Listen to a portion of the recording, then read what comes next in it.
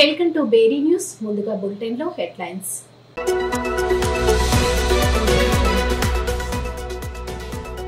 Bhubharati ROR కొత్త చట్టంపై జిల్లా కలెక్టర్ ఆధ్వర్యంలో అవగాహన సదస్సు.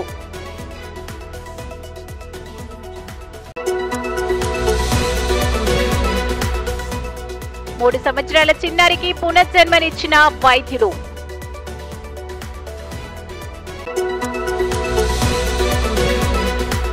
భవన నిర్మాణ కార్మిక రాష్ట్ర మహాసభల పోస్టర్ విడుదల. మంచిర్యాల జిల్లా జన్నారం మండల కేంద్రంలోని రైతు వేదికలో బుధవారం భూభారతి ఆర్ఓఆర్ కొత్త చట్టంపై జిల్లా కలెక్టర్ ఆధ్వర్యంలో అవగాహన సదస్సు నిర్వహించారు. ఈ సదస్సులో రైతులు, ప్రజాప్రతినిధులు, అధికారులు పాల్గొన్నారు. ఈ కార్యక్రమానికి ముఖ్య అతిథిగా పాల్గొన్న కలెక్టర్ మాట్లాడుతూ రాష్ట్ర ప్రభుత్వం ఎంతో ప్రతిష్టాత్మకంగా ఆర్ఓఆర్ కొత్త చట్టాన్ని రూపొందించిందన్నారు. ఈ చట్టం వల్ల నిజమైన భూమి యజమానికి న్యాయం జరుగుతుందని ఆయన చెప్పారు. తమ పరిధిలో పరిష్కారం కాని కోర్టు పరిధిలో ఉన్న భూ సమస్యల పరిష్కారం కోసం నిరుపేద రైతుల కోసం ఈ చట్టం ద్వారా పరిష్కరించడానికి వీలుంటుందన్నారు. గతంలో ఉన్న ధరణి స్థానంలో ఈ కొత్త చట్టం రూపొందించారని, దీనివల్ల భూ సమస్యలుంటే చాలా వరకు జిల్లా పరిధిలోనే పరిష్కరించబడతాయని, కొత్త చట్టంతో రైతులకు ఎంతో మేలు జరుగుతుందన్నారు. భూభారతి చట్టం వల్ల అనేక సమస్యల పరిష్కార మార్గం సులభతరమని, నిరుపేద రైతులకు డబ్బులు ఖర్చు లేకుండా త్వరితగతిన భూ సమస్య పరిష్కారం దొరుకుతుందని జిల్లా కలెక్టర్ కుమార్ దీపక్ స్పష్టం చేశారు. అనంతరం ఐకేపీ ఆధ్వర్యంలో ఏర్పాటు చేసిన వరిధాన్యం కొనుగోలు కేంద్రాన్ని ప్రారంభించిన కలెక్టర్ మరియు అధికారులు, నాయకులు. ఈ కార్యక్రమంలో జిల్లా joint collector Motilal, Mancherial RDO Srinivasarao, AD Srinivas, జిల్లా వ్యవసాయ శాఖ అధికారిని కల్పన తదితరులు పాల్గొన్నారు.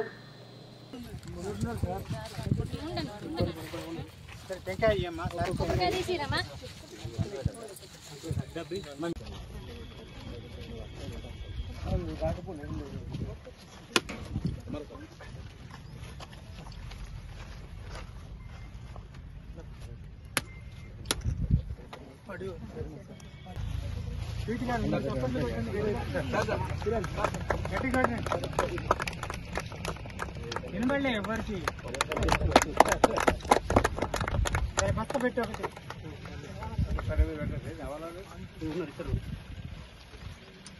ఇద్దరు పెట్టండి. రైతులు బడ్లు క్లీన్ చేస్తున్నారా?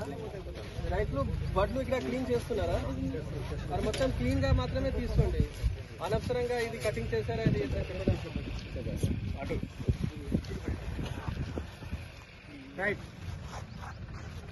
మనమే ఈరోజు జన్నారం మండల్ రైతు వేదిక కేంద్రంలో ప్రజాప్రతినిధులతోటి, అధికారులతోటి, రైతులు ప్రతినిధితోటి ఈ భూభారతి చట్టం గురించి, కొత్త వచ్చిన రూల్స్ గురించి అవగాహన కార్యక్రమం పెట్టాము. సో దాదాపు మొత్తం రైతు వేదిక ఫీల్ అయింది, అందరూ విన్నారు.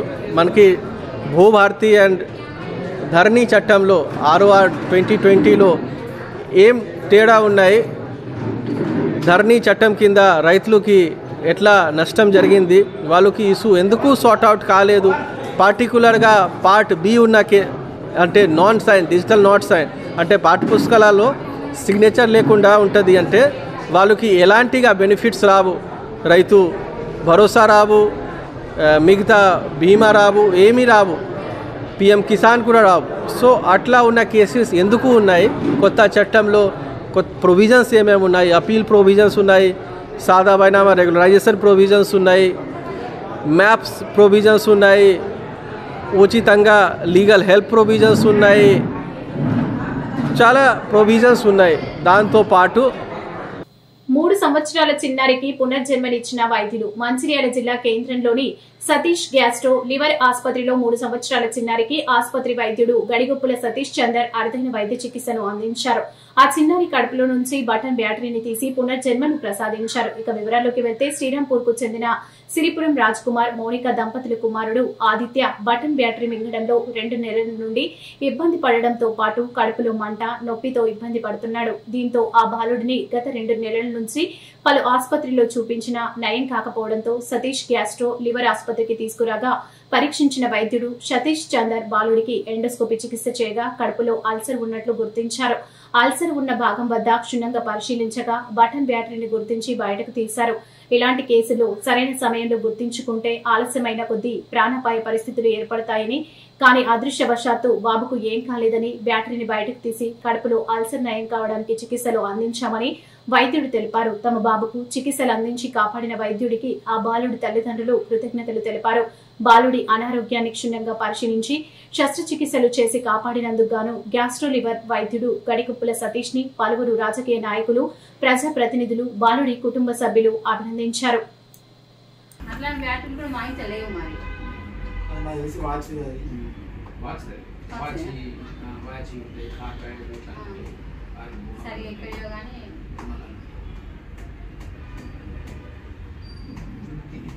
తీసినాక మాత్రం అంటే ఫుడ్ ఏం ఇబ్బంది లేదు.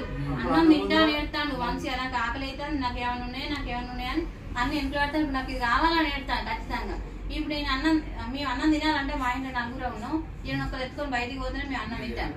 అంటే ఆయన ఏడవంగా మనం తినలేం కదా, ఖచ్చితంగా కావాలంటాను. ఆడికైనా ఉప్మా పల్చగా వేసి తినిపించింది అత్తమ్మ. మంచి ఇంకో కొంచెం వేస్తే భయపడి ఇంకో కొంచెం ఏమని ఎడతాను. నాకు ఆకలి అవుతుంది ఇప్పుడు కావాలంటాను. కానీ ఇక్కడికి వచ్చి నేను నా కొడుకు సేపు అయ్యి లేకుంటే ఏమయ్యేది కూడా తెలియదు. మస్తు భయం.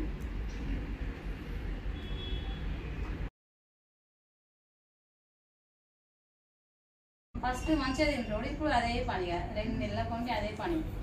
మళ్ళీ తీసుకొచ్చిన 10 డేస్కి 10 డేస్కి మళ్ళీ తీసుకొస్తే కట్టిన వస్తుందని ఫ్రెండ్ సార్ అన్నాక సారు స్కానింగ్ పంపించింది. స్కానింగ్లో ఏం రాలేదు తీస్తే. ఇక మళ్ళీ ఏం చేసిండు, మళ్ళీ ఇది నాతోటి కాదు అని ఈ సార్ దగ్గర పంపించింది. చెరువు సార్ దగ్గర పంపించిన తర్వాత ఆ సార్ చూసిండు, నోట్లో ఇన్ఫెక్షన్ అయిందమ్మా, ఈ మెడిసిన్ వాడుద్ది అన్నాడు.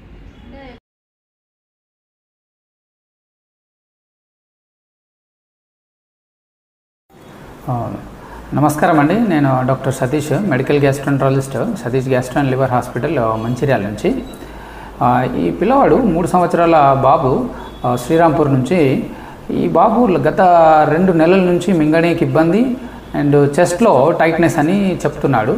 వివిధ డాక్టర్లను, లోకల్ డాక్టర్లను కలిశాడు. బట్ మందులతో రిలీఫ్ లేదని ఒక డాక్టర్ గారు నా దగ్గర పంపించారు. నాకు అనుమానంగా అనిపించి ఈ చెస్ట్లో టైట్నెస్, మింగనికి ఇబ్బంది ఇవన్నీ కూడా ఈసోఫాగస్ సిమ్టమ్స్ అన్నాడు, అంటే ఆహారవాహిక ఇబ్బంది. నేను ఎండోస్కోపీ డౌట్ వచ్చి ఎండోస్కోపీ వేశాను. ఎండోస్కోపీలో ఈసోఫాగస్ మధ్యలో పెద్ద అల్సర్ ఉందండి.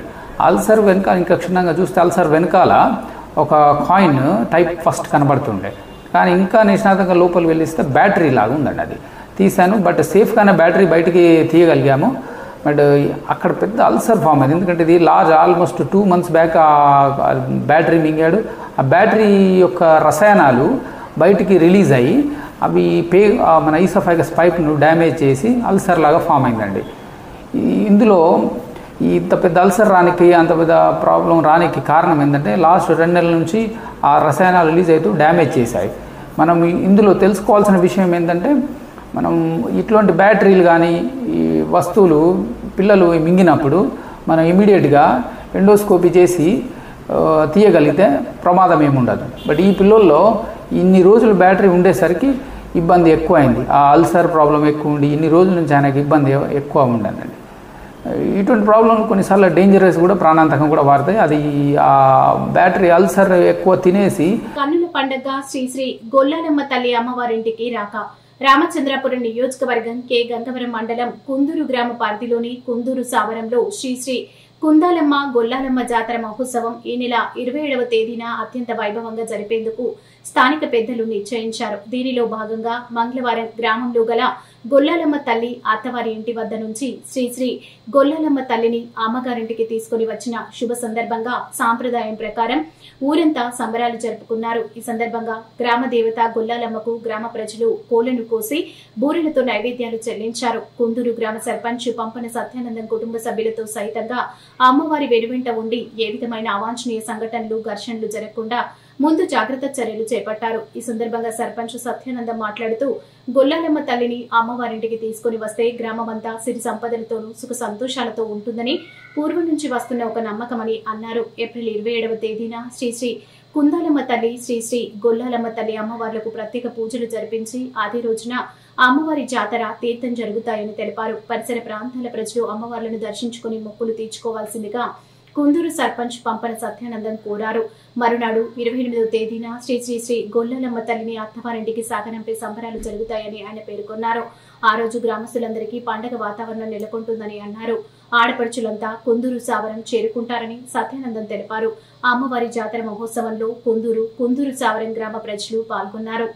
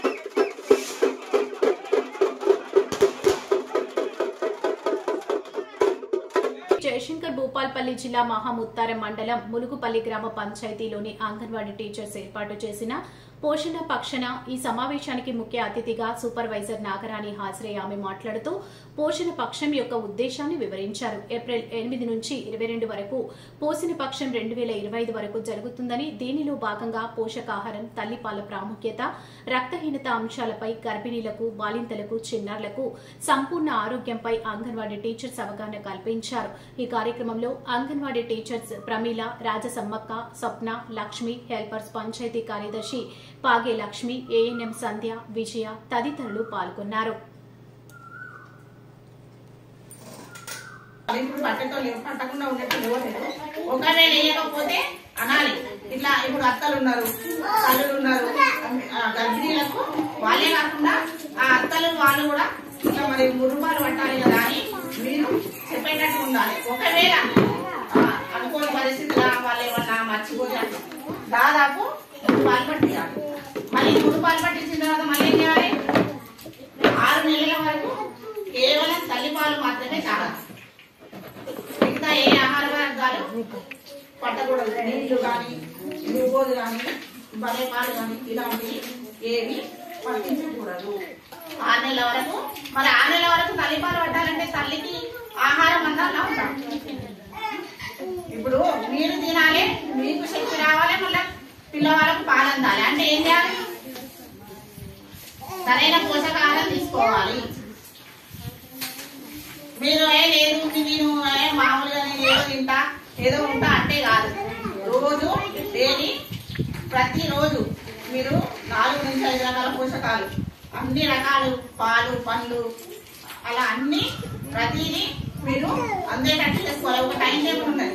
ప్రతి 2 గంటలకు బాలెందుకు, ప్రతి 2 గంటలకు ఒకసారి పొద్దున 7 గంటలకు దేవగానే పాలు తాగడం, మళ్ళీ తర్వాత 11 గంటలకు టిఫిన్ తినడం, మళ్ళీ తర్వాత 1 గంటలకు లంచ్, మళ్ళీ తర్వాత మధ్యలో స్నాక్స్. ఇట్లా 2 గంటలకు ఒకసారి మీకు పోషకాహారాన్ని తినేది ఒక టైం టేబుల్ ఉన్నది టీచర్స్ దగ్గర, అది తెలుసుకోండి. అట్లా ప్రతి 2 గంటలకు ఒకసారి మీరు తినేలాగా ఉండాలి. అప్పుడు తింటేనే ఆ పిల్లలకు పాలు పట్టే అదైతే. లేకపోతే మీరు పోషకాహారం సరిగా తినకపోతే పిల్లలకు పాలు అందవు. మరి వీళ్ళకు పాలు అందుతున్నాయి, మరి మంచిగా సరిపోతున్నాయి అనేది తెలుసుకోవడానికి ఏంటి మార్గం? పిల్లల బరువు పెరగడం. పిల్లల బరువు పెరగాలంటే ఏం చేయాలి? ఇంట్లో ఉంటే పిల్లల బరువు పెరగడం తెలుస్తుందా? తెలియదు. ఎక్కడికి రావాలి? అంగన్వాడీ సెంటర్కు రావాలి. అంగన్వాడీ సెంటర్కి వచ్చి ఇప్పుడు మీకు బరువులు ప్రతి ఒక్కరికి బరువులు ఏ విధంగా ఉన్నాయో తెలుసా? మీ పిల్లవాడు ఏ స్టేజ్లో ఉన్నాడు, బరువులు ఏ విధంగా ఉన్నది అనేది తెలుసా? అందరికి తెలుసా?